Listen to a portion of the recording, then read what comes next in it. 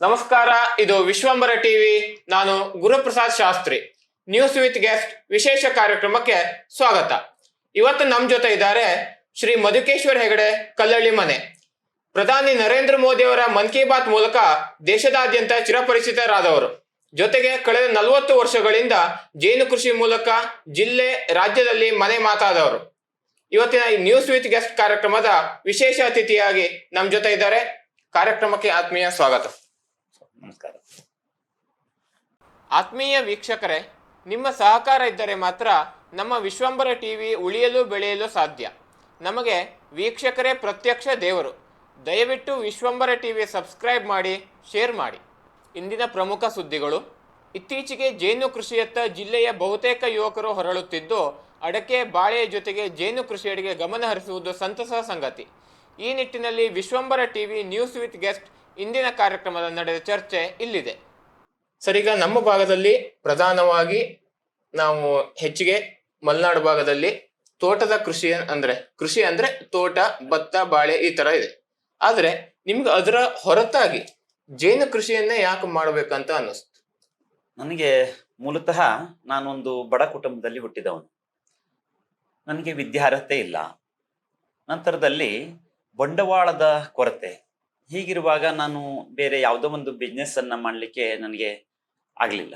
ಆ ದೃಷ್ಟಿಯಿಂದ ಕಡಿಮೆ ಬಂಡವಾಳದಲ್ಲಿ ಹೆಚ್ಚಿನ ಒಂದು ಆದಾಯವನ್ನು ಗಳಿಸ್ತಕ್ಕಂತಹ ಒಂದು ಕಸುಬು ಅಂದರೆ ಜೇನು ಕೃಷಿ ಅಂತ ನಾನು ಜೇನು ಕೃಷಿಯನ್ನ ಪ್ರಾರಂಭ ಮಾಡಿದೆ.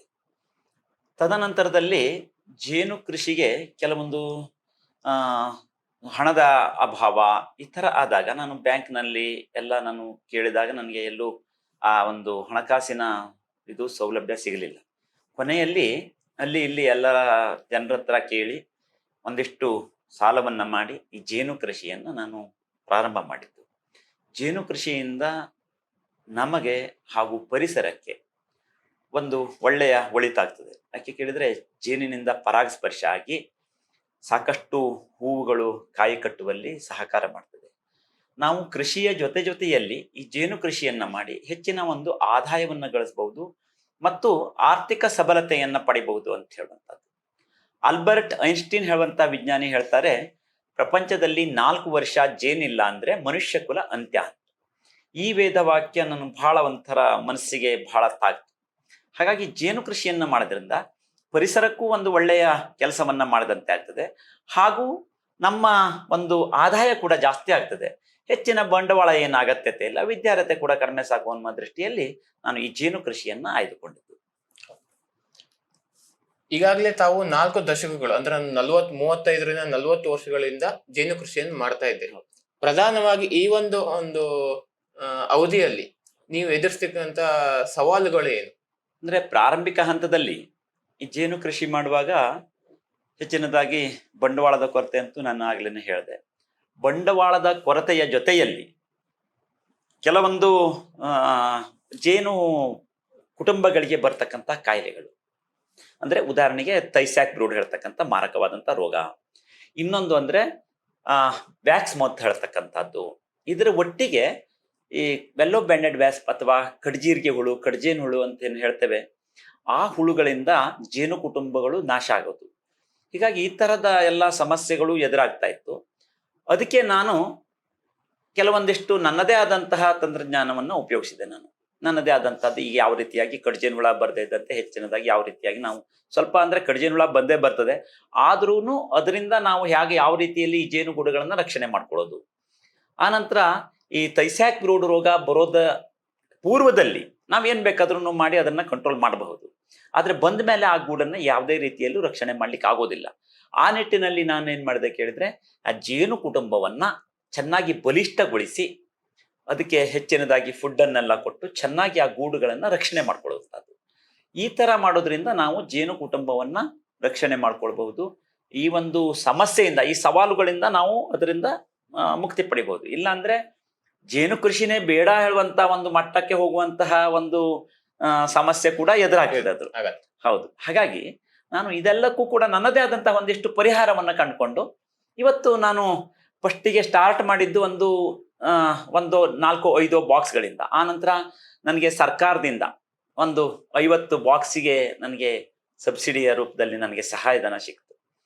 ನಂತರದಲ್ಲಿ ಅದನ್ನು ಕೂಡ ನಾನು ಬಳಸ್ಕೊಂಡು ಬಿ ಬ್ರೀಡಿಂಗ್ ಸೆಂಟರ್ ಅಂತ ಹೇಳಿ ತೋಟಗಾರಿಕಾ ಇಲಾಖೆಯ ಮುಖಾಂತರ, ಮೊದಲನೇದಾಗಿ ನನಗೆ ಹೇಳಬೇಕು ಅಂದ್ರೆ ಈ ಸರ್ಕಾರ ಕೂಡ ನನಗೆ ಸವಲತ್ತನ್ನ ಕೊಟ್ಟಿದೆ.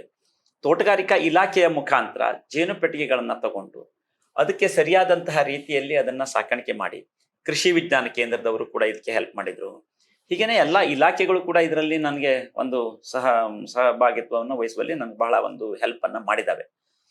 ಹಾಗಾಗಿ ನಮ್ಮ ಸಿರ್ಸಿಯಲ್ಲಿ ಹೇಳ್ಬೇಕಂತಂದ್ರೆ ನಮ್ಮ ತೋಟಗಾರಿಕಾ ಇಲಾಖೆ ಬಗ್ಗೆ ನಾನು ಬಹಳ ಒಂದು ಇದನ್ನ ಹೇಳ್ತೇನೆ. ಯಾಕೆಂದ್ರೆ ನಮ್ಗೆ ಆ ತೋಟಗಾರಿಕಾ ಇಲಾಖೆ ರೈತರನ್ನ ಹುಡುಕಿ ಕೊಡ್ತಕ್ಕಂತಹ ಕೆಲಸವನ್ನ ಮಾಡ್ತದೆ. ನಿಜಕ್ಕೂ ನಾವು ಹತ್ತಿರದಲ್ಲಿ ಒಂದು ಒಳ್ಳೆಯ ಇಲಾಖೆಯನ್ನ ಹೊಂದಿದ್ದೇವೆ ಹೇಳಲಿಕ್ಕೆ ಬಹಳ ತುಂಬಾ ಆತ್ಮಸಂತೋಷ. ಅಧಿಕಾರಿಗಳು ಸಹ ಜನರಿಗೆ ಹೌದೌದು, ಅಧಿಕಾರಿಗಳು ಕೂಡ ಬಹಳ ಸ್ಪಂದಿಸ್ತಾರೆ, ನಮ್ಮನ್ನ ಕರೆದು ಕೊಡ್ತಾರೆ, ಈ ತರ ಯೋಜನೆ ಇದೆ ಬನ್ನಿ, ಮತ್ತೆ ಪುನಃ ನೆನಪು ಮಾಡುವಂತದ್ದು ಕೂಡ ಈ ಒಂದು ನಾನು ಈಗ ಎಷ್ಟೋ ವರ್ಷಗಳಿಂದ ನೋಡ್ತಾ ಬಂದಿದ್ದೇನೆ. ಈ ಇಲಾಖೆ ನಮಗೆ ಬಹಳ ಒಂದು ಒಳ್ಳೆಯ ಇದನ್ನ ಮಾಡ್ತಾ ಇದೆ. ಹಾಗಾಗಿ ನಮ್ಗೆ ಸರ್ಕಾರ ಕೂಡ ಇದನ್ನ ಒಂದು ಅವಕಾಶವನ್ನ ಕೊಟ್ಟಿದೆ. ಹಾಗೂ ನಮ್ಮ ನೆಚ್ಚಿನ ಪ್ರಧಾನಮಂತ್ರಿಗಳಾದಂತಹ ನರೇಂದ್ರ ಮೋದಿ ಅವರು ಕೂಡ ನನ್ನನ್ನ ಮನ್ ಕಿ ಬಾತ್ ಅಲ್ಲಿ ಶ್ಲಾಘನೆ ಮಾಡಿದ್ರು. ಆಗ್ಲೂ ಕೂಡ ಅವರು ಹೇಳಿದ್ರು, ಹಾಗಿದ್ರೆ ಒಂದು 50 ಬಾಕ್ಸ್ಗಳನ್ನ ಶುರು ಮಾಡಿ ಈಗ 800 ಬಾಕ್ಸ್ಗಳಷ್ಟು ಹೊಂದಿದ್ದಾರೆ ಅಂತ ಹೇಳಿ. ನನಗೆ ಬಹಳ ಒಂದು ಈ ಪ್ರಧಾನಿಗಳು ಹೇಳಿದಂಥದ್ದು ನನಗೆ ಇನ್ನೂ ಕೂಡ ಬಹಳ ಒಂದು ಮನಸ್ಸಿಗೆ ಒಂದು ಒಳ್ಳೆ ಸಂತೋಷವನ್ನ ತರ್ತದೆ. ಹಾಗಾಗಿ ಇದೇ ತರ ನನಗೆ ರಾಜ್ಯ ಪ್ರಶಸ್ತಿಗಳು, ರಾಷ್ಟ್ರ ಪ್ರಶಸ್ತಿಗಳು, ಈ ತರ ಎಲ್ಲ ಒಂದಿಷ್ಟು ಬಂದಿದ್ದಾವೆ. ಹಾಗೇನೆ ನನಗೆ ಇನ್ನೊಂದು ಅಂದ್ರೆ ಡಾಕ್ಟರೇಟ್ ಕೂಡ ಬಂದಿದೆ. ನಾನು ಕಲ್ತಿದ್ದು 8ನೇ ತರಗತಿ, ಆದ್ರೆ ನನಗೆ ಒಂದು ಡಾಕ್ಟರೇಟ್ ಕೂಡ ಬಂದಿದೆ United Kingdom status of America. ಇದರಿಂದ ನನಗೆ ಒಂದು ಟ್ರೆಡಿಷನಲ್ ಆಯುರ್ವೇದ ಅಂಡ್ ಎಪಿಥೆರಪಿ ಹೇಳ್ತಕ್ಕಂತಹ ಒಂದು ಡಾಕ್ಟರೇಟ್ ಕೂಡ ನನಗೆ ಈ ಒಂದು ವಿಷಯದ ಮೇಲೆ ಆಗಿರೋದು ನನಗೆ ಬಹಳ ಒಂದು ಸಂತೋಷದ ವಿಷಯ. ಹಾಗಾಗಿ ಈ ಜೇನು ಕೃಷಿಯನ್ನ ಆರಾಮವಾಗಿ ಮಾಡಬಹುದು. ಕೆಲವೊಂದು ಸವಾಲುಗಳನ್ನ ಎದುರಿಸಿ ನಾವು ಮುಂದಕ್ಕೆ ಬಂದ್ರೆ ಅದರಿಂದ ಏನು ತೊಂದರೆ ಇಲ್ಲ ಅಂದ್ರೆ ಪ್ರಾರಂಭಿಕ ಹಂತದಲ್ಲೇ ಒಂದು ಸ್ವಲ್ಪ ಒಂದು 5-10 ಬಾಕ್ಸ್ ಅನ್ನು ಇಟ್ಕೊಂಡು ಅದನ್ನ ಬಿಟ್ಟು ಬಿಡುವಂತಹ ಕೆಲಸವನ್ನು ಕೂಡ ಮಾಡ್ತಾರೆ. ಯಾಕೆಂದ್ರೆ ನನ್ನ ಜೇನುಗೂಡು ಹಾರಿ ಹೋಯ್ತು, ಇದು ಬೇಡ ಹೇಳುವಂತಹ ಪರಿಸ್ಥಿತಿ ಕೂಡ ಎದುರಾಗ್ತಕ್ಕಂಥದ್ದು ಸಹಜವಾಗಿ ಆಗ್ತಕ್ಕಂಥದ್ದು. ಆದ್ರೆ ಅದನ್ನೆಲ್ಲ ಬದಿಗೊತ್ತಿ ನಾವು ಮುನ್ನಡೆದ್ರೆ ಖಂಡಿತವಾಗಿಯೂ ಕೂಡ ಇದರಲ್ಲಿ ಯಶಸ್ಸು ಸಾಧ್ಯ. ಸರ್, ಈಗ ಜೇನಿನ ಕೃಷಿಯಲ್ಲಿ ಜೇನು ತುಪ್ಪದ ಹೊರತಾಗಿ ಮತ್ತೆ ಯಾವ ಉಪ ಉತ್ಪನ್ನಗಳನ್ನ ತೆಗಿಲಿಕ್ಕೆ ಸಾಧ್ಯ ಇದೆ? ಅದ್ರ ಜೊತೆಗೆ ಈಗ ಈ ಒಂದು ಪ್ರದೇಶದಲ್ಲಿ ಒಂದು ಮಲೆನಾಡು ಇರ್ಬೋದು ಅಥವಾ ಒಬ್ಬ ಜೇನು ಕೃಷಿಕ ಸಾಮಾನ್ಯವಾಗಿ ವಾರ್ಷಿಕವಾಗಿ ಎಷ್ಟು ಆದಾಯವನ್ನು ಜೇನಿನಿಂದ ಗಳಿಸಬಹುದು? ಜೇನು ಕೃಷಿ ಜೊತೆಯಲ್ಲಿ ನಾವು ಬರೇ ಈಗ ಒಂದು ನೀವು ಕೇಳ್ದಂಗೆನೆ ಜೇನಿನ ತುಪ್ಪ ಒಂದರಿಂದನೇ ನಮ್ಗೆ ಒಂದು ಆದಾಯವನ್ನ ಪೂರ್ತಿಯಾಗಿ ಸಂಪೂರ್ಣವಾದ ಒಂದು ಆದಾಯವನ್ನ ಪಡಿಲಿಕ್ಕೆ ಸ್ವಲ್ಪ ಕಷ್ಟ ಆಗುತ್ತೆ. ಕೆಲವೊಂದು ಜನ ಕಷ್ಟಪಟ್ಟು ಆ ಜೇನಿನ ತುಪ್ಪದಿಂದಲೇ ಕೂಡ ಅದರಿಂದನೇ ಜೀವನ ಮಾಡ್ತಕ್ಕಂಥದ್ದು ಅಥವಾ ಅದರಿಂದನೇ ಒಂದು ಬೆಳೆಯನ್ನ ತಗೊಳ್ತಕ್ಕಂಥದ್ದನ್ನ ಮಾಡ್ತಾರೆ. ಆದ್ರೆ ನನ್ನ ದೃಷ್ಟಿಯಲ್ಲಿ ಇವತ್ತಿನ ಈ ಒಂದು ವೈಜ್ಞಾನಿಕ ಒಂದು ಸಾಕಷ್ಟು ಈಗ ಬೆಳವಣಿಗೆ ಆಗ್ತಾ ಇದೆ.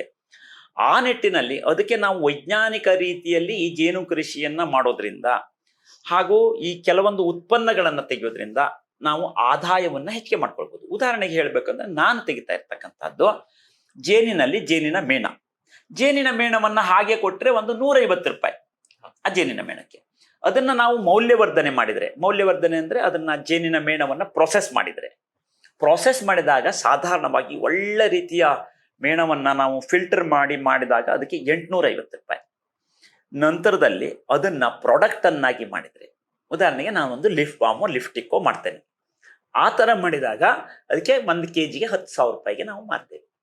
ಹೀಗೆ ಅದನ್ನ ಮೌಲ್ಯವರ್ಧನೆ ಕೂಡ ಮಾಡೋದು ಹಾಗೂ ಉಪ ಉತ್ಪನ್ನಗಳನ್ನ ಪಡಿತಕ್ಕಂಥದ್ದು. ಉಪ ಉತ್ಪನ್ನದಲ್ಲಿ ಇನ್ನೂ ಹೇಳ್ಬೇಕಂದ್ರೆ ನಾವು ಒಂದಿಷ್ಟು ಪರಾಗವನ್ನ ತೆಗಿತೇವೆ. ಜೇನಿನ ಪರಾಗ ಸಾಧಾರಣವಾಗಿ ಅದನ್ನ ನಾವು ಅದನ್ನ ಪ್ರೊಸೆಸ್ ಮಾಡಿ ಅದನ್ನ ಫೇಸ್ ಕ್ರೀಮ್ಗಳನ್ನ ಮಾಡಿದ್ರು, ಅಥವಾ ಅದರಿಂದ ಜೇನಿನ ಪರಾಗದಿಂದ ನಾವು ಒಂದು ಸೋಪನ್ನ ಮಾಡಿದೀವಿ, ಜೇನಿನ ಪರಾಗದ ಸೋಪು. ಹಾಗಾಗಿ ಅದರಿಂದ ಸಾಧಾರಣವಾಗಿ 1 kgಗೆ 20,000 ರೂಪಾಯಿಗೆ ನಾವು ಮಾರಾಟ ಮಾಡ್ತೇವೆ ಜೇನಿನ ಪರಾಗ. ಹಾಗೇನೆ ಇನ್ನೊಂದು ಅಂದ್ರೆ ಜೇನು ಹುಳುಗಳನ್ನ ಚುಚ್ಚೋದು ಅಂದ್ರೆ ಏನ್ ಕೇಳಿದ್ರೆ, ಜೇನು ಹುಳುಗಳನ್ನ ನಾವು L3 ಮತ್ತು L4 ಕೊಂಡಿಯ ಬಲಭಾಗದಲ್ಲಿ ಬೆನ್ನಿನಲ್ಲಿ ಅದನ್ನ ಚುಚ್ಚೋದ್ರಿಂದ ಏನಾಗ್ತದೆ ಕೇಳಿದ್ರೆ ನಮ್ಮ ಶರೀರದಲ್ಲಿ ಬಿ ವೆನಮ್ ನಮ್ಗೆ ಹೋಗ್ತದೆ ಒಳಕ್ಕೆ. ಬಿ ವೆನಮ್ ನಮ್ಮ ಶರೀರಕ್ಕೆ ಒಳಕ್ಕೆ ಹೋದಾಗ ಅದರಲ್ಲಿ ನಮ್ಗೆ ಆರ್ಥರೈಟಿಸ್ ಅನ್ನ ಕಡಿಮೆ ಮಾಡ್ತಕ್ಕಂಥದ್ದು ಹಾಗೂ ನಮ್ಗೆ ರೋಗ ನಿರೋಧಕ ಶಕ್ತಿಯನ್ನ ಜಾಸ್ತಿ ಮಾಡ್ತಕ್ಕಂಥದ್ದು. ಈ ಗುಣಗಳು ಇದೆ ಅಂತ ಎಷ್ಟೋ ಸೈಂಟಿಸ್ಟ್ಗಳು, ಈಗ ಎಂಟಮಲಜಿಸ್ಟ್ಗಳು ಕೂಡ ಇದ್ರ ಬಗ್ಗೆ ಎಷ್ಟೋ ಹೇಳಿದ್ದಿದೆ. ಹಾಗಾಗಿ ನಾವು ಅದರದ್ದು ಒಂದು ಟ್ರೀಟ್ಮೆಂಟ್ ಕೂಡ ಮಾಡ್ತೀವಿ ನಾವು, ಎಪಿಥೆರಪಿ ಅಂತ ಹೇಳಿ, ಜೇನುಹುಳುಗಳನ್ನ ಚುಚ್ಚಿಸೋದು. ಇದರಿಂದ ಎಷ್ಟೋ ಜನ ಕ್ಯಾನ್ಸರ್ ಪೇಷಂಟ್ಗಳು ಕೂಡ ನಮ್ಮಲ್ಲಿ ಬಂದು ಕಡಿಮೆ ಆಗಿದ್ದಿದೆ. ಆ ಎಪಿಥೆರಪಿಯನ್ನು ನಾವು ಏನ್ ಮಾಡ್ತೀವಿ ಅದರಿಂದ ಅದು ಅವರು ಆರಾಮಾಗಿದ್ದಾರೆ. ಎಷ್ಟೋ ಜನ ನನ್ನಲ್ಲಿ ಉದಾಹರಣೆಗಳು ಸಾಕಷ್ಟಿದ್ದಾವೆ. ಆ ನಂತರದಲ್ಲಿ ಬಿ ವೇನಮ್ ಅನ್ನ ಕಲೆಕ್ಟ್ ಮಾಡ್ತಕ್ಕಂಥದ್ದು, ಅಂದ್ರೆ ಜೇನಿನ ವಿಷವನ್ನ ಸಂಗ್ರಹಣೆ ಮಾಡ್ತಕ್ಕಂಥದ್ದು, ಇದು ಕೂಡ ಒಳ್ಳೆಯ ಬೆಲೆ ಇದೆ ಇದಕ್ಕೆ. ಹಾಗಾಗಿ ಜೇನಿನ ವಿಷ ಸಂಗ್ರಹಣೆ, ಜೇನಿನ ಪರಾಗ, ಆನಂತರ ಜೇನಿನ ಮೇಣ, ಜೇನಿನ ತುಪ್ಪ, ಇವಿಷ್ಟಗಳ ಹೊರತಾಗಿ ಪ್ರಪೋಲಿಸ್ ಅಂದ್ರೆ ಜೇನಿನಲ್ಲಿ ಬರ್ತಕ್ಕಂತಹ ಗೋಂದು ಅಂತ ಹೇಳ್ತೇವೆ, ಇದನ್ನು ಕೂಡ ನಾವು ಸಂಗ್ರಹಣೆ ಮಾಡಬಹುದು. ಇವೆಲ್ಲದರಿಂದ ಸಾಧಾರಣವಾಗಿ ಒಂದು ಮನುಷ್ಯ 16 ಲಕ್ಷಗಳಷ್ಟು ಆದಾಯವನ್ನ ಈ ಜೇನಿನಿಂದನೇ ಗಳಿಸಬಹುದು. ಇದು ಸ್ವತಃ ನಾನು ಅದನ್ನ ನೋಡಿದ್ದು ಹಾಗೂ ಮಾಡಿದ್ದು ಇದೆ. ಈಗ ಹೇಳುವಾಗ ಹೇಳ್ತಾರೆ ಏನ್ ಕೇಳಿದ್ರೆ, ಇಲ್ಲ ಜೇನಿಂದ ಇಷ್ಟೆಲ್ಲ ಉತ್ಪನ್ನಗಳು ಬರ್ಲಿಕ್ಕೆ ಸಾಧ್ಯನಾ? ನಾವು ಮಾಡಿ ತೋರಿಸಿದ್ದೇವೆ. ಈಗ ನಾನು ಅದರಿಂದನೇ ಆದಾಯವನ್ನು ಗಳಿಸಿರೋದು. 20,000 ರೂಪಾಯಿ ಬಂಡವಾಳದಿಂದ ಇವತ್ತು ಒಂದು 18 ಕೋಟಿಯಷ್ಟು ಆದಾಯವನ್ನ ನಾನು ಜೇನಿಂದನೇ, ಜೇನು ಮತ್ತು ಹಾಗೂ ಜೇನಿನ ಉಪ ಉತ್ಪನ್ನಗಳಿಂದ ಹಾಗೂ ಇತರ ಈ ಒಂದು ಜೇನಿಗೆ ಸಂಬಂಧಪಟ್ಟಂತಹ ಇದರಿಂದನೇ ನಾನು ಗಳಿಸಿದ್ದೇನೆ ಅಂತ ಹೇಳಲಿಕ್ಕೆ ನಾನು ನಿರ್ಭಯವಾಗಿ ಹೇಳ್ತೇನೆ. ಯಾಕೆಂದ್ರೆ ನಾನೆಲ್ಲವೂ ಕೂಡ GST ಮುಖಾಂತರನೇ ಮಾಡಿರೋದು, ನಾವು ಯಾವುದನ್ನು ಇದರಲ್ಲಿಲ್ಲ. ಹಾಗಾಗಿ ನಮ್ಗೆ ಜೇನಿನಿಂದ ನಾವು ಸಾಕಷ್ಟು ಆದಾಯವನ್ನು ಗಳಿಸಬಹುದು, ಈ ಉಪ ಉತ್ಪನ್ನಗಳಿಂದ ಹೆಚ್ಚಿನ ಆದಾಯವನ್ನು ಪಡೆಯಲಿಕ್ಕೆ ಸಾಧ್ಯತೆ ಇದೆ ಹೇಳ್ತಕ್ಕಂಥದ್ದನ್ನು ಕೂಡ ಈ ಸಂದರ್ಭದಲ್ಲಿ ನಾನು ಹೇಳಲಿಕ್ಕೆ ಬಯಸ್ತೇನೆ. ಈಗ ಜೇನು ಕೃಷಿಗೆ ಸಾಕಷ್ಟು ಹೊಸಬರು ಬರ್ತಾ ಇದ್ದಾರೆ. ಈಗ ಬರುವಂತ ಹೊಸಬರಿಗೆ ನೀವು ಏನ್ ಕಿವಿ ಮಾತನ್ನು ಹೇಳಲಿಕ್ಕೆ ಬಯಸ್ತೀರಿ?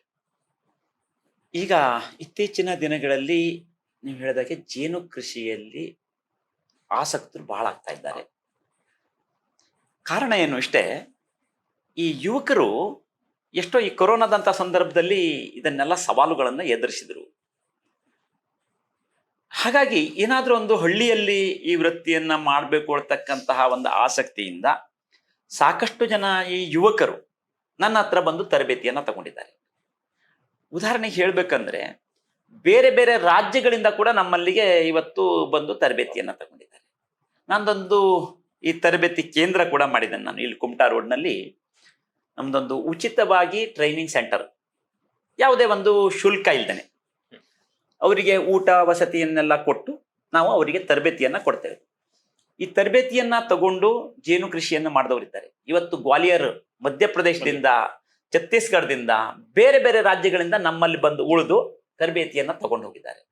ಹಾಗಾಗಿ ನಾನು ಹೇಳೋದೇನು ಕೇಳಿದ್ರೆ, ಈ ಜೇನು ಕೃಷಿಯನ್ನ ಮಾಡ್ತಕ್ಕಂತಹ ಯುವಕರು ಜಾಸ್ತಿ ಆಗ್ತಾ ಇದ್ದಾರೆ.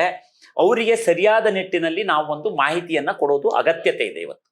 ಇವತ್ತು ಅವರು ತಿಳಿದೇನೆ ಮಾಡಿದ್ರೆ ಮತ್ತೆ ಇದರಿಂದ ವಿಮುಖರಾಗ್ತಾರೆ. ಬೇಡ, ನಮ್ಗೆ ಈ ಜೇನು ಕೃಷಿ ಹೇಳ್ತಕ್ಕಂಥ ಸರಿಯಾದ ಒಂದು ತಿಳುವಳಿಕೆ ಕೊಟ್ಟು ಈ ಜೇನನ್ನ ನಾವು ಯಾವ ರೀತಿ ಮಾಡಬೇಕು, ಇದರಿಂದ ಹೇಗೆ ನಮಗೆ ಲಾಭ ಇದೆ ಅನ್ನುವಂಥದ್ದನ್ನ ತೋರಿಸಿಕೊಟ್ರೆ ಅವರು ಕೂಡ ಇದರಲ್ಲಿ ಆಸಕ್ತರಾಗ್ತಾರೆ, ಮಾಡ್ತಾರೆ. ಎಷ್ಟೋ ಜನ ನನ್ನಿಂದ ಈ ಜೇನು ಕೃಷಿಯನ್ನ ಕಲ್ತ್ಕೊಂಡು ಮಾಡ್ತಾರೆ.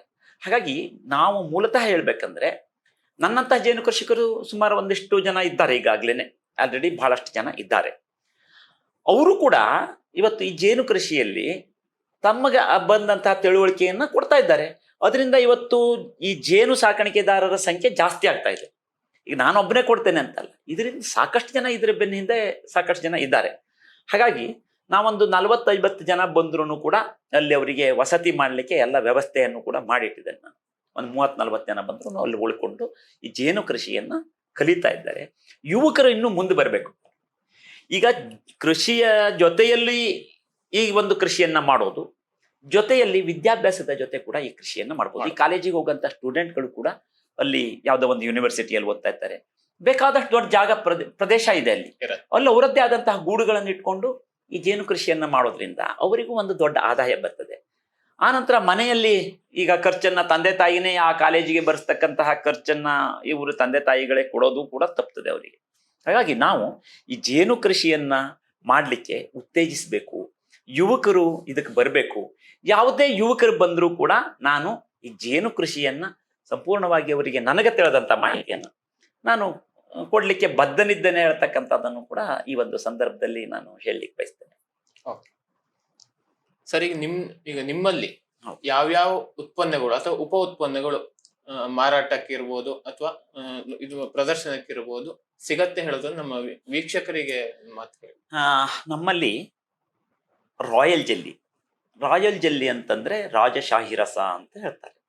ಇದು ರಾಣಿ ಕಣಗಳಲ್ಲಿ ಇದು ಹೆಚ್ಚಿನದಾಗಿ ಸ್ಟೋರ್ ಆಗಿರ್ತದೆ, ಅದರಲ್ಲಿ ಸಂಗ್ರಹ ಆಗಿರ್ತದೆ. ಅದನ್ನ ಆ ರಾಣಿ ಕಣಗಳಿಗೆ ಉಣಲಿಕ್ಕೆ ಅದು ಆ ಒಂದು ಆಹಾರ. ಆ ರಾಯಲ್ ಜೆಲ್ಲಿಯನ್ನು ನಾವು ಸಪರೇಟ್ ಆಗಿ ತೆಕ್ಕೊಂಡು ಅದನ್ನ ಮಾರಾಟ ಮಾಡ್ತೇವೆ. ರಾಣಿ ಕಣ ರಚನೆ ಆದಾಗ ಅದು ಸೀಲ್ ಮಾಡೋದು ಪೂರ್ವದಲ್ಲಿ ಅದನ್ನ ತೆಗಿಬೇಕಾಗ್ತದೆ. ಆ ರಾಯಲ್ ಜೆಲ್ಲಿಯನ್ನು ಅದನ್ನ ತೆಗೆದು ನಾವು ಪೌಡರ್ ಬೇಸ್ ಮಾಡ್ಬೋದು. ಆ ಥರ ಮಾಡಿಕೊಂಡು ಅದನ್ನ ಮಾರಾಟ ಮಾಡಿದರೆ ಒಳ್ಳೆ ಒಂದು 20 ಗ್ರಾಮ್ ಬರೇ 20 ಗ್ರಾಮಿಗೆ ನಾವು 3,500 ರೂಪಾಯಿಗೆ ಅದನ್ನ ಮಾರ್ತಾ ಇದ್ದೇವೆ. ಆ ನಂತರದಲ್ಲಿ ಅದರಿಂದ ಏನು ಪ್ರಯೋಜನ ಕೇಳಿದ್ರೆ, ಈ ರಾಯಲ್ ಜೆಲ್ಲಿ ತಿನ್ನೋದ್ರಿಂದ ಆಂಟಿ ಏಜ್ ಕೆಪಾಸಿಟಿ ಬರ್ತದೆ. ಇವತ್ತು ನನಗೆ 60 ಹತ್ರ ಬಂದ್ರೂ ಕೂಡ ನಾನು ಇನ್ನೂ ಸ್ವಲ್ಪ ಸ್ಟ್ರಾಂಗ್ ಆಗೇ ಇದ್ದೇನೆ. ನಾನೊಂದು 50-60 kg ಭಾರವನ್ನು ಕೂಡ ಸಲೀಸಾಗಿ ಎತ್ತುವಷ್ಟು ಕೆಪಾಸಿಟಿಯನ್ನು ಹೊಂದಿದ್ದೇನೆ. ಹಾಗಾಗಿ ನಾನು ಹೇಳೋದು ನಿದರ್ಶನ ನಂದು. ಇವತ್ತು ಇದನ್ನ ನಾವು ಮಾರಾಟ ಮಾಡಿ ಕೂಡ ನಮಗೆ ದುಡ್ಡು ಸಿಗ್ತದೆ. ಇದರಲ್ಲಿ ನೋಡಿ, ಸೆಲೆಬ್ರಿಟಿಗಳು ಕೂಡ ಇದ್ರ ಬಗ್ಗೆ ಬಹಳ, ನನಗೆ madukeshwarhegde.com ಹೇಳ್ತಕ್ಕಂಥ ಒಂದು ವೆಬ್ಸೈಟ್ ಇದೆ ನಂದು. ಆ ವೆಬ್ಸೈಟ್ ಅಲ್ಲಿ ಆಲ್ರೆಡಿ ನಾನು ಬರೋ ಸೀಸನ್ನಿಗೆ ಎಷ್ಟು ತೆಗಿತೇನೆ ರಾಯಲ್ ಜೆಲ್ಲಿ ಅಷ್ಟು ಕೂಡ ಬುಕ್ ಆಗಿಬಿಟ್ಟಿದೆ. ಅಂದ್ರೆ ಅಷ್ಟು ಬೇಡಿಕೆ ಇದೆ. ಇದರಿಂದ ಆಯುಸ್ಸು ಜಾಸ್ತಿ ಆಗ್ತಕ್ಕಂಥದ್ದು ಮತ್ತು ಆಂಟಿ ಏಜಿಂಗ್ ಕೆಪಾಸಿಟಿ ಇದೆ ಹೇಳತಕ್ಕಂಥದ್ದನ್ನ, ಆಂಟಿ ಏಜಿಂಗ್ ಪ್ರಾಪರ್ಟಿ ಇದೆ ಅನ್ನತಕ್ಕಂಥದ್ದನ್ನ ಸಾಕಷ್ಟು ಜನ ಈ ಸೈಂಟಿಸ್ಟ್ಗಳೇ ಹೇಳಿದ್ದಾರೆ. ಹಾಗೆ ನಾವು ನಿಜಕ್ಕೂ ಕೂಡ ಅದನ್ನು ಕೊಟ್ಟಿದ್ದೇವೆ. ಅದರಿಂದ ಜನರಿಗೂ ಕೂಡ ಪ್ರಯೋಜನ ಆಗಿದೆ. ಇದ್ರ ಹೊರತಾಗಿ ನಾವು ಪರಾಗವನ್ನು ತೆಗಿತೇನೆ ಅಂತಂದೆ. ಪರಾಗವನ್ನ ಪೇಸ್ಟ್ ಪ್ಯಾಕ್ ಪೌಡರ್ ಅನ್ನಾಗಿ ಪರಿವರ್ತನೆ ಮಾಡ್ತಾರೆ. ಅದನ್ನು ಕೂಡ ನಾವು ಕೂಡ ಮಾಡ್ತೀವಿ. ಮುಖಕ್ಕೆ ಹಚ್ಚಿ ತೊಳೆಯೋದ್ರಿಂದ ಮುಖ ಚೆನ್ನಾಗಿ ಕಾಣ್ತದೆ, ಮತ್ತೆ ಹೊಳಪು ಬರ್ತದೆ ಮುಖಕ್ಕೆ ಹೇಳ್ತಕ್ಕಂಥದ್ದು. ಅದರಿಂದ ಸೋಪ್ ಕೂಡ ಮಾಡಿದ್ದೇವೆ ಇದನ್ನು. ಇನ್ನು ನಂತರದಲ್ಲಿ ನಾವು ಹನಿ ಜಾಮ್ ಅಂತ ಮಾಡಿದ್ದೇವೆ. ಇದು ಇಂಗ್ಲೆಂಡಿಗೆ ಕೂಡ ಹೋಗಿದೆ. ವಿಶ್ವಸಂಸ್ಥೆಯ ಮುಖ್ಯಸ್ಥನೇ ಇದನ್ನ ನಿಕೋಲಿನ್ ಬ್ರಾಡ್ಬೆಲ್ ಅಂತಿದ್ರು, ಅವ್ರು ಕೊಂಡಾಡಿದ್ರು ನಮ್ದು ಇದನ್ನ. ಹಾಗೇನೆ ಇನ್ನು ನಾವು ಹನಿ ಜಾಮ್ ಅಂತ ಮಾಡಿದ ಮೇಲೆ ನಂತರದಲ್ಲಿ ನಾವು ಒಂದು ಹನಿ ಕೋಕಮ್ ಅಂತ ಮಾಡಿದ್ದೀವಿ. ಹನಿ ಕೋಕಮ್ ಅಂದ್ರೆ ಕೋಕಮ್ಮನ್ನ ಹನಿ ಹಾಕಿ ಮಾಡಿರ್ತಕ್ಕಂಥದ್ದು. ಇನ್ನು ಇದರ ಒಟ್ಟಿಗೆ ನಾವು ಲೆಮನ್ ಜಿಂಜರ್ ಹನಿ ಅಂತೇಳಿ ಶುಂಠಿ, ಜೇನುತುಪ್ಪ, ಲಿಂಬು ಮತ್ತೆ ಹಿಪ್ಲಿ ಇದನ್ನೆಲ್ಲ ಹಾಕಿ ಈ ಫ್ಯಾಟ್ ನಮ್ದು ಕಡಿಮೆ ಆಗ್ಬೇಕು. ಒಬೆಸಿಟಿ ಇವತ್ತು ಬಹಳಷ್ಟು ಈ ಪಟ್ಟಣಗಳಲ್ಲಿ ಈ ಒಬೆಸಿಟಿಯಿಂದ ಸಮಸ್ಯೆಯಿಂದ ಒದ್ದಾಡ್ತಾ ಇದ್ದಾರೆ. ಆ ಒಬೆಸಿಟಿಯನ್ನ ಕಡಿಮೆ ಮಾಡ್ಕೊಳ್ಳಿಕ್ಕೆ ಈ ಜೇನಿನ ತುಪ್ಪ, ಮತ್ತು ನೀರನ್ನ ಕುಡಿಯತಕ್ಕಂತಹ ಅಭ್ಯಾಸ ಬಹಳಷ್ಟು ಜನರಿಗಿದೆ.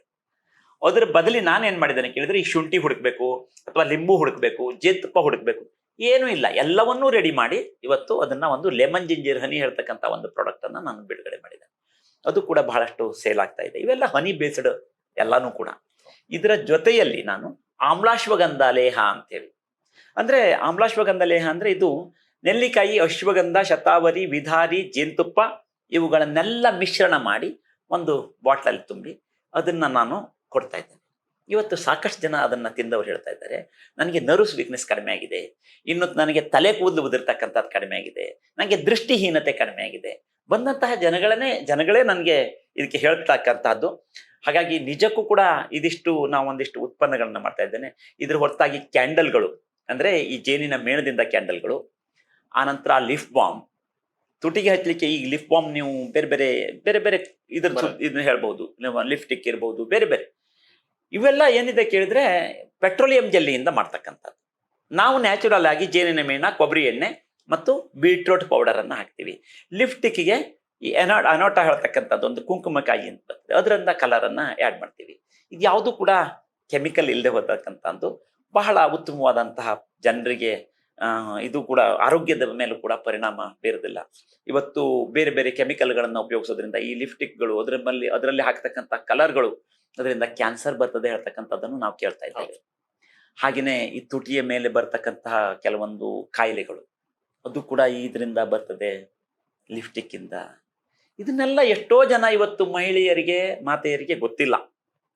ಈ ತುಟಿ ಕೆಂಪ ಮಾಡ್ತದೆ, ಚೆನ್ನಾಗಿ ಕಾಣ್ತದೆ ಅಂತ ಹೇಳಿ ಅದ್ರ ಹಿಂದೆ ಬಿದ್ದು ಇವತ್ತು ಆ ತುಟಿಯ ಅಂದವನ್ನೇ ಶಾಶ್ವತವಾಗಿ ಹಾಳು ಮಾಡ್ಕೊಳ್ತಕ್ಕಂತಹ ಒಂದು ಕೆಲಸವನ್ನ ಮಾಡ್ತಾ ಇದ್ದಾರೆ. ಹಾಗಾಗಿ ಈ ತರಹ ಹಳ್ಳಿಗಳಲ್ಲಿ ಈ ತರಹ ಉತ್ಪನ್ನಗಳನ್ನ ರೆಡಿ ಮಾಡ್ತಕ್ಕಂಥದ್ದು ಹಾಗೂ ಮಾರುಕಟ್ಟೆಯಲ್ಲಿ ಇವತ್ತು ನಿಮ್ಮಂತಹ ಮಾಧ್ಯಮದವರು ಕೂಡ ಬಹಳ ಮುಖ್ಯವಾಹಿನಿ ಇದ್ರೊಳಗೆ. ಯಾಕೆಂದ್ರೆ ಈಗ ನಾವು ಎಷ್ಟೋ ನಾವು ಎಲೆಮರೆ ಕಾಯಿ ಅಂತ ರೆಡಿ ಮಾಡ್ತಾ ಇರ್ತೇವೆ, ಇದನ್ನ ಹೊರಗೆ ತರಲಿಕ್ಕೆ ನಿಮ್ಮಂತಹ ಮಾಧ್ಯಮಗಳು ಬಹಳ ಮುಖ್ಯ. ಯಾಕಂದ್ರೆ ನನ್ನನ್ನು ಮಾಧ್ಯಮದವರು ಮತ್ತು ಈ ಪತ್ರಿಕಾ ಮಾಧ್ಯಮದವರು ಅಥವಾ ಈ ಟಿ ವಿ ಮಾಧ್ಯಮದವರು ಇರುವುದು ಇವೆಲ್ಲ ನನ್ನನ್ನು ಈ ಒಂದು ಉತ್ಕೃಷ್ಟ ಸ್ಥಾನಕ್ಕೆ ತರಲಿಕ್ಕೆ ಕಾರಣ. ಯಾಕೆಂದ್ರೆ ಎಷ್ಟೋ ಜನರಿಗೆ ಗೊತ್ತೇ ಆಗೋದಿಲ್ಲ, ಈ ಮಾಧ್ಯಮಗಳಿಲ್ಲ ಅಂದ್ರೆ ಎಲ್ಲಿಂದ ಗೊತ್ತಾಗಬೇಕು. ನಿಜಕ್ಕೂ ಕೂಡ ಇಂತಹ ಮಾಧ್ಯಮಗಳು ಕೂಡ ನನ್ನ ಒಂದು ಬೆಳವಣಿಗೆಯಲ್ಲಿ ಬಹಳ ಸಹಕಾರ ಕೊಡ್ತಾ ಇದ್ದಾವೆ. ಇವತ್ತು ನನ್ನನ್ನು ನೀವು ಬರ್ಲಿಕ್ಕೆ ಹೇಳಿದಾಗಲೇ ನನಗೆ ಬಹಳ ಸಂತೋಷ ಆಯ್ತು. ಯಾಕೆಂದ್ರೆ ಇದ್ರೊಳಗೆ ನಮಗೂ ಒಂದು ಸ್ವಲ್ಪ ಅವಕಾಶ ಇದೆ. ಹಾಗಾಗಿ ನಾನು ಹೇಳೋ ಅರ್ಹತೆನೇ ನೀವು ಗಳಿಸ್ಕೊಂಡಿದ್ದೀರಿ. ಏನೇ ಇದ್ರೂ ಕೂಡ ಅರ್ಹತೆಯನ್ನ ಹೊರಗಡೆ ಪ್ರಪಂಚಕ್ಕೆ ತರಲಿಕ್ಕೆ ನಿಮ್ಮಂತ ಮಾಧ್ಯಮ ಬಹಳ ಅವಶ್ಯಕ. ಯಾಕೆಂದ್ರೆ ನಾವು ಎಷ್ಟೋ ಮಾಧ್ಯಮದವರನ್ನ ಕೆಲವೊಂದು ಸಂದರ್ಭಗಳಲ್ಲಿ ನಾವು ಕೆಲವೊಂದು ಇವ್ರು ಹಾಗೆ ಮಾಡಿದ್ರು, ಹೀಗೆ ಮಾಡಿದ್ರು, ಮಾಧ್ಯಮದವ್ರು ಈ ತರ ಮಾಡಿದ್ರು. ನೀವು ಮಾಧ್ಯಮದವರು ಅಸಲಿ ವಿಚಾರಗಳನ್ನ ಹೊರಗೆ ಹೇಳ್ತಕ್ಕಂಥದ್ದು ನಿಮ್ಮ ಮಾಧ್ಯಮದವರದ್ದು ಅದು ಕರ್ತವ್ಯ. ಅದು ನಿಜವಾಗ್ಲೂ ಕೂಡ ಅದನ್ನ ಮಾಡ್ತಾ ಇದ್ದೇನೆ. ಇವತ್ತು ಯಾವುದೇ ಮಾಧ್ಯಮದವರನ್ನ ನಾನು ಬೈಲಿಕ್ಕೆ ನಾನು ರೆಡಿ ಇಲ್ಲ. ಯಾಕೆ ಕೇಳಿದ್ರೆ ಏನಾದ್ರೂ ಒಂದು ಕೆಟ್ಟ ವಿಷಯ ಇದ್ರೂ ಕೂಡ ಅದನ್ನ ಅಷ್ಟೇ ದೊಡ್ಡ ಮಾಡಿ ಇದನ್ನ ಮಾಡಿ ಸರಿಯಾಗಿ ಪ್ರಮಾಣದಲ್ಲಿ ಅದನ್ನ ತೋರಿಸಿರ್ತೀರಿ ನೀವು. ಹಾಗೇನೆ ನಮ್ಮ ನಾವು ಈ ಬಡತನದಿಂದ ಬಂದಿರತಕ್ಕಂಥದ್ದು ಹೀಗೆಲ್ಲ ನಾವು ಕೆಳ ದರ್ಜೆಯಿಂದ ಈ ತರ ಒಂದು ಮಟ್ಟಕ್ಕೆ ಬರಲಿಕ್ಕೆ ನಮ್ಮ ನ್ಯಾಯವತ್ತಾದಂತಹ ವಿಚಾರವನ್ನು ಕೂಡ ನೀವು ಪುಷ್ಟೀಕರಿಸ್ತೀರಿ. ಬಹಳ ಚೆನ್ನಾಗಿ ಅದ್ರ ಬಗ್ಗೆ ತಿಳುವಳಿಕೆ ಕೊಡ್ತಾ ಇದ್ದೀರಿ. ನಿಜಕ್ಕೂ ಕೂಡ ಈ ಒಂದು ಕಾರ್ಯ ನಿಮ್ಮಿಂದ ನಾವು ಇವತ್ತು ಬೆಳೀತಾ ಇದ್ದ ಹೇಳಲಿಕ್ಕೆ ನಮಗೆ ನಿಸ್ಸಂದೇಹವಾಗಿ ನಾವು ಹೇಳ್ತೇವೆ. ಸೊ ಇವತ್ತು ಈ ತರದ ಒಂದು ಕಾರ್ಯಕ್ರಮಗಳಿಂದ ಜನರಿಗೂ ಕೂಡ ನಾನು ಹೇಳ್ತಾ ಇದ್ದೆ, ಈ ಒಂದು ಪ್ರಾಡಕ್ಟ್ಗಳ ಬಗ್ಗೆ ಇವತ್ತು ಜನರಿಗೆ ಗೊತ್ತಾಗ್ತಾ ಇದೆ. ಇವತ್ತು ಎಷ್ಟೋ ತಿಳುವಳಿಕೆಗಳು ಇಲ್ದೇನೆ ಇವತ್ತು ನಾನು ಹೇಳ್ದನಲ್ಲ ಲಿಪ್ಟಿಕ್ ಅಥವಾ ಲಿಫ್ವಾಮ್ ಇದನ್ನ ಬಳಸಿ ಎಷ್ಟೋ ತೊಂದರೆಗಳಿಗೆ ಈಡಾಗೋದನ್ನ ಈಗ ಮಾಧ್ಯಮದವರು ಹಾಗೂ ನನ್ನ ಮುಖಾಂತರ ಇವತ್ತು ಹೊರಗಡೆ ಪ್ರಪಂಚಕ್ಕೆ ಗೊತ್ತಾಗ್ತಾ ಇದೆ. ನಿಮ್ಮ ಜೇನು ಕೃಷಿ ಹಾಗೂ ಜೇನು ಉದ್ಯಮ ಇನ್ನಷ್ಟು ಎತ್ತರಕ್ಕೆ ಬೆಳೀಲಿ, 10 ದೇಶಗಳಿಗೆ ಪರಿಚಿತ ಆಗ್ಲಿ ಹೇಳೋದು ವಿಶ್ವಾಂಬರ ಟಿವಿ ಕಳಕಳಿ. ಶುಭವಾಗಲಿ. ನಿಜವಾಗ್ಲೂ ಕೂಡ ವಿಶ್ವಾಂಬರ ಟಿವಿ ಅವರಿಗೆ ನಾನು ಧನ್ಯವಾದವನ್ನು ಹೇಳ್ತೇನೆ. ಯಾಕೆಂದ್ರೆ ಇಂತಹ ಮಾಧ್ಯಮಗಳು ಇನ್ನೂ ಹೆಚ್ಚು ಬೆಳೀಲಿ. ನಿಮ್ಮಂತಹ ಮಾಧ್ಯಮ ಮಿತ್ರರು ಬಹಳ ಒಳ್ಳೆ ಕೆಲಸವನ್ನ ಮಾಡ್ತಾ ಇದ್ದೀರಿ. ಹಾಗಾಗಿ ನಿಮ್ಮಂತಹವರ ಇದರಿಂದ ಎಲ್ಲರಿಗೂ ಕೂಡ ಲೋಕ ಕಲ್ಯಾಣವಾಗ್ಲಿ ಅಂತ ಹೇಳುವಂತಹದ್ದು ಒಂದು ಆಶಯವನ್ನ ವ್ಯಕ್ತಪಡಿಸ್ತಾ ಇವತ್ತು ಮಾತಾಡ್ಲಿಕ್ಕೆ ಅವಕಾಶ ಮಾಡಿಕೊಟ್ಟಂತಹ ವಿಶ್ವಾಂಬರ ಟಿವಿಯವರಿಗೂ ನಾನು ಧನ್ಯವಾದವನ್ನು ಹೇಳ್ತೇನೆ. ಜೈ ಹಿಂದ್, ಜೈ ಕರ್ನಾಟಕ. ವಿದೇಶಗಳಿಂದ ಆಮದಾಗುವ ಅಡಿಕೆಯನ್ನು ನಿರ್ಬಂಧಿಸಲು ಸಂಸದರು ವಿಫಲರಾಗಿದ್ದಾರೆ. ಭಾರತದಲ್ಲಿ ಅಡಿಕೆಗಳು ಇದ್ದಾಗ ಅದರ ಪರವಾಗಿ ಧ್ವನಿ ಎತ್ತದಿರುವುದು ಇವರು ಬೆಳೆಗಾರರಿಗೆ ಮಾಡುವ ಮೋಸ ಎಂದು ಶಾಸಕ ಭೀಮಣ್ಣ ನಾಯಕ್ ಹೇಳಿದರು. ಅವರು ಶುಕ್ರವಾರ ಸುದ್ದಿಗೋಷ್ಠಿ ನಡೆಸಿ ಮಾತನಾಡಿ, ಅಡಿಕೆ ಬೆಳೆಗಾರರ ಪ್ರದೇಶದ ಸಂಸದರು ಸ್ವಾರ್ಥ ರಾಜಕಾರಣಗಳನ್ನು ಬದಿಗೊತ್ತಿ ಪ್ರಧಾನಿ ವಾಣಿಜ್ಯ ಸಚಿವರ ಗಮನಕ್ಕೆ ತರಬೇಕು. ಕಾಂಗ್ರೆಸ್ ಸಂಸದರ ಬಳಿಯೂ ಈ ಬಗ್ಗೆ ಮಾತನಾಡಲು ಹೇಳಿದ್ದೇವೆ. ಸಂಸದ ವಿಶ್ವೇಶ್ವರ ಹೆಗಡೆ ಕಾಗೇರಿ ಅವರ ಬಳಿಯೂ ಈ ಬಗ್ಗೆ ಹೋರಾಟ ಮಾಡಲು ಭೇಟಿ ಮಾಡುತ್ತೇವೆ ಎಂದರು. ಮಲೆನಾಡಿನ ಅಡಿಕೆ ಬೆಳೆಗಳು ಗುಣಮಟ್ಟದ್ದಾಗಿದ್ದು ಇಲ್ಲಿಯ ಅಡಿಕೆ ಜೊತೆ ಬೇರೆ ಅಡಿಕೆಯನ್ನು ಬೆರೆಸಬಾರದು. ಈ ಬಗ್ಗೆ ಎಪಿಎಂಸಿ ಅಧಿಕಾರಿಗಳ ಗಮನಕ್ಕೆ ತರುತ್ತೇವೆ ಎಂದರು. ದಿವಂಗತ ಶಾಂತಾರಾಮ್ ಹೆಗಡೆ ಶೀಗೆಹಳ್ಳಿ, ಹಿರಿಯ ನಾಯಕ ಆರ್.ವಿ. ದೇಶಪಾಂಡೆ ಅವರು ಕೇಂದ್ರದಲ್ಲಿ ಕಾಂಗ್ರೆಸ್ ಸರ್ಕಾರವಿದ್ದಾಗ ಸಂಪರ್ಕ ಮಾಡಿ ಹೊರದೇಶದ ಅಡಿಕೆ ಆಮದಿಗೆ ನಿರ್ಬಂಧ ಹೇರಲಾಗಿತ್ತು. ಇದರಿಂದ ಅಡಿಕೆ ದರ ಏರಿತ್ತು, ಜೊತೆಗೆ ಮಾರುಕಟ್ಟೆ ಸ್ಥಿರತೆಗೆ ಕಾರಣವಾಗಿತ್ತು ಎಂದು ಅವರು ನೆನಪಿಸಿದರು. ಸುದ್ದಿಗೋಷ್ಠಿಯಲ್ಲಿ ಪ್ರಮುಖರಾದ ಎಸ್.ಕೆ. ಭಾಗವತ್, ಜಗದೀಶ್ ಗೌಡ, ಜ್ಯೋತಿ ಗೌಡ, ಪ್ರಸನ್ನ ಶೆಟ್ಟಿ. ಸಿದ್ದಾಪುರ ಪಟ್ಟಣ ಪಂಚಾಯಿತಿಗೆ ಆದಾಯವಾಗಿರುವ ಮನೆಕರ ಆಸ್ತಿ ತೆರಿಗೆಯನ್ನು ಸಮಯಕ್ಕೆ ಸರಿಯಾಗಿ ವಸೂಲು ಮಾಡದಿದ್ದರೆ ಅಭಿವೃದ್ಧಿ ಹೇಗೆ ಸಾಧ್ಯ ಎಂದು ಪಟ್ಟಣ ಪಂಚಾಯತ್ ಹಿರಿಯ ಸದಸ್ಯ ಕೆ.ಜಿ. ನಾಯಕ್ ಹಣಜಿವೇಲ್ ಅಸಮಾಧಾನ ವ್ಯಕ್ತಪಡಿಸಿದರು. ಪಟ್ಟಣ ಪಂಚಾಯತ್ ಸಭಾಂಗಣದಲ್ಲಿ ಪಟ್ಟಣ ಪಂಚಾಯತ್ ಅಧ್ಯಕ್ಷೆ ಚಂದ್ರಕಲಾ ನಾಯ್ಕ್ ಅವರ ಅಧ್ಯಕ್ಷತೆಯಲ್ಲಿ ನಡೆದ ಸಾಮಾನ್ಯ ಸಭೆಯಲ್ಲಿ ಅವರು ಮಾತನಾಡಿದರು. ಪಟ್ಟಣ ಪಂಚಾಯತ್ನಲ್ಲಿ ಆದಾಯಕ್ಕಿಂತ ಖರ್ಚು ಹೆಚ್ಚಿದ್ದು ತೆರಿಗೆ ಸಂಗ್ರಹಿಸುವಲ್ಲಿ ಅಧಿಕಾರಿಗಳು ನಿರ್ಲಕ್ಷ್ಯ ವಹಿಸುತ್ತಿದ್ದಾರೆ. 41 ಲಕ್ಷ ರೂಪಾಯಿ ಆಸ್ತಿ ತೆರಿಗೆ ಬಾಕಿ ಇದ್ದು 47 ಲಕ್ಷ ರೂಗಳಷ್ಟು ನೀರಿನ ಕರ ಬರಬೇಕಿದೆ. ಅಧಿಕಾರಿಗಳು ಈ ಕುರಿತು ಗಮನಹರಿಸಬೇಕೆಂದು ಸದಸ್ಯರು ಅಧಿಕಾರಿಗಳಿಗೆ ತಾಕೀತು ಮಾಡಿದರು. ಈ ಸಂದರ್ಭದಲ್ಲಿ ಮಾತನಾಡಿದ ಪಟ್ಟಣ ಪಂಚಾಯತ್ ಮುಖ್ಯಾಧಿಕಾರಿ ಜಗದೀಶ್ ಆರ್ ನಾಯ್ಕ್, ತೆರಿಗೆ ಸಂಗ್ರಹಿಸುವಲ್ಲಿ ವಿಳಂಬವಾಗುತ್ತಿರುವುದನ್ನು ಸರಿಪಡಿಸಲಾಗುವುದೆಂದು ಹೇಳಿದರು.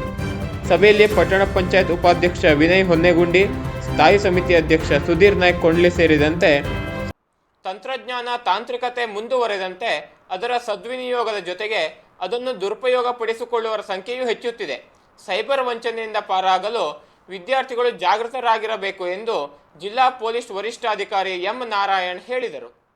ಅವರು ಭಟ್ಕಳದ ವಿದ್ಯಾಂಜಲಿ ಪಬ್ಲಿಕ್ ಶಾಲೆಯ ಶ್ರೀಧರ್ ಸ್ವಾಮಿ ಸಭಾಭವನದಲ್ಲಿ ಕಾಲೇಜು ವಿದ್ಯಾರ್ಥಿಗಳಿಗೆ ಸೈಬರ್ ಸೆಕ್ಯುರಿಟಿ ಕುರಿತಾದ ಜಾಗೃತಿ ಪೋಸ್ಟರ್ ಬಿಡುಗಡೆ ಮಾಡಿ ಮಾತನಾಡಿದರು. ನಿಜ ಜೀವನಕ್ಕೂ ಡಿಜಿಟಲ್ ಜೀವನಕ್ಕೂ ವ್ಯತ್ಯಾಸವಿದೆ. ಇತ್ತೀಚೆಗೆ ಸೈಬರ್ ಕಳ್ಳರು ಅನ್ಯ ಮಾರ್ಗ ಬಳಸಿಕೊಂಡು ಜನರನ್ನು ಸುಲಿಗೆ ಮಾಡುತ್ತಿದ್ದಾರೆ. ಸಾಮಾಜಿಕ ಜಾಲತಾಣಗಳಲ್ಲಿ ಮತ್ತು ಆನ್ಲೈನ್ನಲ್ಲಿ ನೀಡುವ ಮಾಹಿತಿಯನ್ನು ಬಳಸಿಕೊಂಡು ಸೈಬರ್ ಕಳ್ಳರು ನಿಮ್ಮನ್ನು ಗುರಿಯಾಗಿಸಿಕೊಂಡು ಮೋಸದ ಜಾಲಕ್ಕೆ ಕೆಡವುತ್ತಾರೆ. ಸೋಷಿಯಲ್ ಮೀಡಿಯಾ ಬಳಸುವಾಗ ಜಾಗೃತಿಯಿಂದ ಕೂಡಿರಬೇಕು ಎಂದರು. ಜೊತೆಗೆ ತಮ್ಮ ಖಾಸಗಿ ಫೋಟೋಗಳನ್ನು ಬಳಸುವಾಗ ಎಚ್ಚರಿಕೆಯಿಂದ ಇರಬೇಕೆಂದು ಕರೆ ನೀಡಿದರು. ಜಿಲ್ಲೆಯ ಕುಮಟಾ ತಾಲೂಕಿನಲ್ಲಿ ಶುಕ್ರವಾರ ವಿವಿಧ ಅಂಗಡಿಗಳಿಗೆ ಆರೋಗ್ಯ ಇಲಾಖೆ ಅಧಿಕಾರಿಗಳು ಹಾಗೂ ವಿವಿಧ ಇಲಾಖೆ ಅಧಿಕಾರಿಗಳ ತಂಡ ಕೆಲ ಅಂಗಡಿಗಳಿಗೆ ದಾಳಿ ನಡೆಸಿದೆ. ಈ ವೇಳೆ ನಿಷೇಧಿತ ಸಿಗರೇಟ್, ತಂಬಾಕು, ಗುಟ್ಕಾ ಇತ್ಯಾದಿಗಳನ್ನು ವಶಪಡಿಸಿಕೊಂಡು ದಂಡ ವಿಧಿಸುವ ಮೂಲಕ ಎಚ್ಚರಿಕೆ ನೀಡಿದ್ದಾರೆ. ಇದೇ ಸಂದರ್ಭದಲ್ಲಿ ಸ್ಥಳೀಯ ಹೋಟೆಲಿಗೆ ದಾಳಿ ನಡೆಸಿದಾಗ ಕಾಲೇಜ್ ವಿದ್ಯಾರ್ಥಿಗಳು ಮದ್ಯಪಾನ ಮಾಡುತ್ತಿರುವುದು ಬೆಳಕಿಗೆ ಬಂದಿದ್ದು, ದಂಡ ವಿಧಿಸುವ ಮೂಲಕ ಕಾಲೇಜ್ ವಿದ್ಯಾರ್ಥಿಗಳಿಗೆ ಮದ್ಯಪಾನ ಮಾಡಲು ಅವಕಾಶ ನೀಡಬಾರದು ಎಂದು ಹೋಟೆಲ್ ಮಾಲೀಕರಿಗೆ ಎಚ್ಚರಿಕೆ ನೀಡಿದ್ದಾರೆ ಎಂದು ತಿಳಿದು ಬಂದಿದೆ.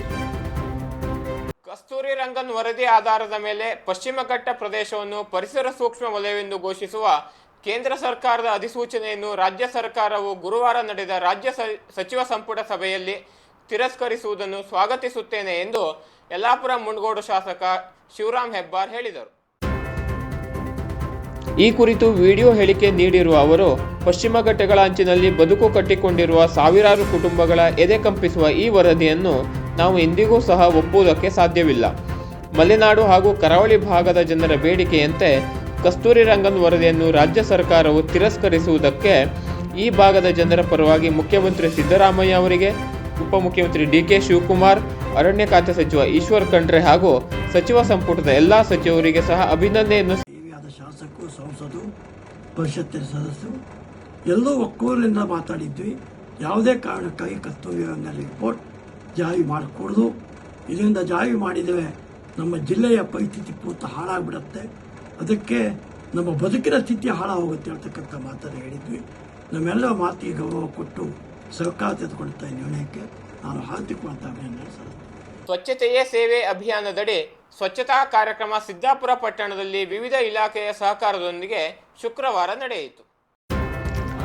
ಸ್ಥಳೀಯ ತಹಶೀಲ್ದಾರ್ ಕಚೇರಿಯ ಹೊರ ಆವರಣದಲ್ಲಿ ಸಿದ್ದಾಪುರದ ಜೆಎಂಎಫ್ಸಿ ನ್ಯಾಯಾಲಯದ ನ್ಯಾಯಾಧೀಶರಾದ ಭರತ್ ಚಂದ್ರ ಕೆಎಸ್ ಸ್ವಚ್ಛತಾ ಕಾರ್ಯಕ್ರಮಕ್ಕೆ ಚಾಲನೆ ನೀಡಿ ಸ್ವಚ್ಛತೆಯ ಮಹತ್ವವನ್ನು ತಿಳಿಸಿದರು. ನಂತರ ತಹಶೀಲ್ದಾರ್ ಕಚೇರಿಯಿಂದ ಹೊಸ ಬಸ್ ನಿಲ್ದಾಣ, ತಿಮ್ಮಪ್ಪ ನಾಯಕ ವೃತ್ತದವರೆಗೆ ಸ್ವಚ್ಛತಾ ಕಾರ್ಯಕ್ರಮ ನಡೆಯಿತು. ತಾಲೂಕು ವಕೀಲರ ಸಂಘದ ಅಧ್ಯಕ್ಷ ಕೆಎಂ ನಾಯ್ಕ್, ತಾಲೂಕು ಪಂಚಾಯತ್ ಇಒ ದೇವರಾಜ್ ಹಿತ್ತಲಕೊಪ್ಪ, ಪಟ್ಟಣ ಪಂಚಾಯತ್ ಮುಖ್ಯಾಧಿಕಾರಿ Jagadish Naik, P Kumar K, CDPO Poornima R, taluk ಆರೋಗ್ಯಾಧಿಕಾರಿ ಡಾಕ್ಟರ್ ಲಕ್ಷ್ಮೀಕಾಂತ್ ನಾಯ್ಕ್ ಸೇರಿದಂತೆ ವಿವಿಧ ಇಲಾಖೆ ಅಧಿಕಾರಿಗಳು, ಸಿಬ್ಬಂದಿಗಳು ಸ್ವಚ್ಛತಾ ಕಾರ್ಯಕ್ರಮದಲ್ಲಿ ಪಾಲ್ಗೊಂಡಿದ್ದರು. ಯಲ್ಲಾಪುರ ಪಟ್ಟಣದ ನ್ಯಾಯಾಲಯದ ಆವರಣದಲ್ಲಿ ಸ್ವಚ್ಛತೆಯೇ ಸೇವೆ ಅಭಿಯಾನ ಶುಕ್ರವಾರ ನಡೆಯಿತು. ಹಿರಿಯ ಸಿವಿಲ್ ನ್ಯಾಯಾಧೀಶರಾದ ಗುಡ್ಡಪ್ಪ ಹಳ್ಳಕಾಯಿ ಅಭಿಯಾನವನ್ನು ಉದ್ಘಾಟಿಸಿ ಮಾತನಾಡಿದರು. ಸಿವಿಲ್ ನ್ಯಾಯಾಧೀಶರಾದ ಲಕ್ಷ್ಮೀಬಾಯಿ ಪಾಟೀಲ್, ಪಟ್ಟಣ ಪಂಚಾಯತ್ ಮುಖ್ಯಾಧಿಕಾರಿ ಸುನಿಲ್ ಗಾವಡೆ ಹಾಗೂ ವಿವಿಧ ಇಲಾಖೆ ಅಧಿಕಾರಿಗಳು, ವಕೀಲರು, ನ್ಯಾಯಾಲಯದ ಸಿಬ್ಬಂದಿಗಳು, ಸಾರ್ವಜನಿಕರು ಇದ್ದರು. ಅಭಿಯಾನದ ಅಂಗವಾಗಿ ಜಾಥಾ ನಡೆಸಲಾಯಿತು. ಜೊತೆಗೆ ಸ್ವಚ್ಛತೆಯ ಅರಿವು ಮೂಡಿಸುವ ಘೋಷಣೆ ಕೂಗಲಾಯಿತು. ಸಿದ್ದಾಪುರದ ತಹಶೀಲ್ದಾರ ಎಂಆರ್ ಕುಲಕರ್ಣಿ ಅವರಿಗೆ ವರ್ಷದ ಅತ್ಯುತ್ತಮ ಕಂದಾಯ ಅಧಿಕಾರಿ ಪ್ರಶಸ್ತಿಯನ್ನು ಕಂದಾಯ ಸಚಿವ ಕೃಷ್ಣ ಬೈರೇಗೌಡ ಅವರು ಶುಕ್ರವಾರ ಬೆಂಗಳೂರಿನ ವಿಕಾಸಸೌಧದಲ್ಲಿ ನೀಡಿ ಗೌರವಿಸಿದರು. ನ್ಯೂಸ್ ವಿತ್ ಗೆಸ್ಟ್ ವಿಶೇಷ ಕಾರ್ಯಕ್ರಮದ ಮುಖ್ಯ ಅತಿಥಿಯಾಗಿ ಮಧುಕೇಶ್ವರ್ ಹೆಗಡೆ ಕಲ್ಲಳ್ಳಿ ಮನೆ ನಮ್ಮ ಜೊತೆ ಉಪಸ್ಥಿತರಿದ್ದು ತಮ್ಮ ಅಭಿಪ್ರಾಯವನ್ನು ಹಂಚಿಕೊಂಡಿದ್ದಾರೆ. ವಿಶ್ವಂಬರ ಟಿವಿ ವತಿಯಿಂದ ಹೃತ್ಪೂರ್ವಕವಾದ ಕೃತಜ್ಞತೆಗಳನ್ನ ಸಲ್ಲಿಸ್ತೇವೆ. ಸರ್, ವಿಶ್ವಂಬರ ಟಿವಿ ಬಗ್ಗೆ ಒಂದೆರಡು ಅನಿಸಿಕೆಗಳನ್ನು ಹಂಚೋಬೇಕು ಅಂತ ಕೇಳ್ಕೊಳ್ತೀನಿ. ನನಗೆ ಅನಿಸಿದ ಮಟ್ಟಿಗೆ ಈ ವಿಶ್ವಂಬರ ಟಿವಿ ಬಹಳ ಒಳ್ಳೆ ಕೆಲಸ ಮಾಡ್ತಾ ಇದ್ದೆ. ನಾನು ಯೂಟ್ಯೂಬ್ಗಳಲ್ಲಿ ಇಲ್ಲಿ ನಾನು ನೋಡ್ತಾ ಇದ್ದೆ. ಆದರೆ ನನಗೆ ಇವತ್ತೊಂದು ಈ ಒಂದು ಆಹ್ವಾನ ಸಿಕ್ಕಿದ್ದು ನನ್ನ ಒಂದು ಭಾಗ್ಯ ಅಂತಾನೆ ನಾನು ಹೇಳಲಿಕ್ಕೆ ಬಯಸ್ತೇನೆ. ಯಾಕೆಂದ್ರೆ ನನ್ನಂತ ಇದೆಷ್ಟೋ ಇವರಿರ್ಬೋದು, ಕೃಷಿಕರಿರ್ಬೋದು, ಇವ್ರನ್ನೆಲ್ಲ ಒಳ್ಳೊಳ್ಳೆ ಇವ್ರನ್ನ ಹುಡುಕಿ ಇವತ್ತು ವಿಶ್ವಂಬರ ಟಿವಿ ಒಳ್ಳೆ ಕೆಲಸವನ್ನ ಮಾಡ್ತಾ ಇದೆ. ವಿಶ್ವಂಬರ ಟಿವಿಯನ್ನ ನಾವು ನಿಜಕ್ಕೂ ಕೂಡ ಇಲ್ಲಿ ಬಂದು ನಾನು ನೋಡ್ತೇನೆ ಹೇಳುವಂತ ಕಲ್ಪನೆ ನನಗಿರ್ಲಿಲ್ಲ. ನಿಜಕ್ಕೂ ಬಹಳ ಒಳ್ಳೆ ಸಂತೋಷದ ವಿಷಯ. ಹಾಗಾಗಿ ಈ ವಿಶ್ವಂಬರ ಟಿವಿಯ ಕೆಲವೊಂದು ಇದನ್ನ ನೋಡಿದ್ರೆ, ನಾವು ಕಾರ್ಯಕ್ರಮಗಳನ್ನ ನೋಡಿದ್ರೆ ನಿಜಕ್ಕೂ ಕೂಡ ಈ ಒಂದು ಬೆಳವಣಿಗೆ ಇದೆ ನೋಡಿ, ಇದು ದೊಡ್ಡ ಮಟ್ಟದಲ್ಲಿ ಬೆಳೀತದೆ ಹೇಳ್ತಕ್ಕಂಥದ್ದು ಆಶಯ ನನಗಿದೆ. ಯಾಕೆಂದ್ರೆ ಇವತ್ತೆಷ್ಟೋ ಜನ ಈ ತರದ ನನ್ನಂತವ್ರನ್ನ ನೀವು ಹುಡುಕಿ ತೆಗಿತಾ ಇದ್ದೀರಿ. ಆನಂತರ ಎಷ್ಟೋ ಕಾರ್ಯಕ್ರಮಗಳನ್ನ ನಾನು ನೋಡಿದ್ದೇನೆ. ಯಾವ್ದಾವ್ದು ಇವತ್ತು ಬೇರೆ ಬೇರೆ ಕಾರ್ಯಕ್ರಮಗಳಲ್ಲಿ ನಿಮ್ಮಂತ ಟಿವಿಯ ಮಾಧ್ಯಮದವರು, ವಿಶ್ವಂಬರ ಟಿವಿಯವರು ಬಹಳ ಚೆನ್ನಾಗಿ ಕೆಲಸ ಮಾಡ್ತಾ ಇದ್ದೀರಿ ಹೇಳಲಿಕ್ಕೆ ನಾನು ಈ ಒಂದು ಸಂದರ್ಭದಲ್ಲಿ ಬಯಸ್ತೇನೆ. ನಾನು ಯೂಟ್ಯೂಬಿನಲ್ಲಿ ವಿಶ್ವಂಬರ ಟಿವಿ ಸಬ್ಸ್ಕ್ರೈಬ್ ಮಾಡಿ, ಲೈಕ್ ಮಾಡಿ, ಶೇರ್ ಮಾಡಿ. ಧನ್ಯವಾದಗಳು.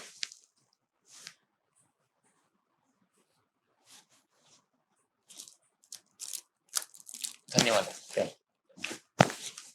ವೀಕ್ಷಕ ಮಹಾಪ್ರಭುಗಳೇ, ನಮ್ಮ ಚಾನಲ್ ಅನ್ನು ಸಬ್ಸ್ಕ್ರೈಬ್ ಮಾಡಿ, ಶೇರ್ ಮಾಡಿ, ಪ್ರೋತ್ಸಾಹಿಸಿ.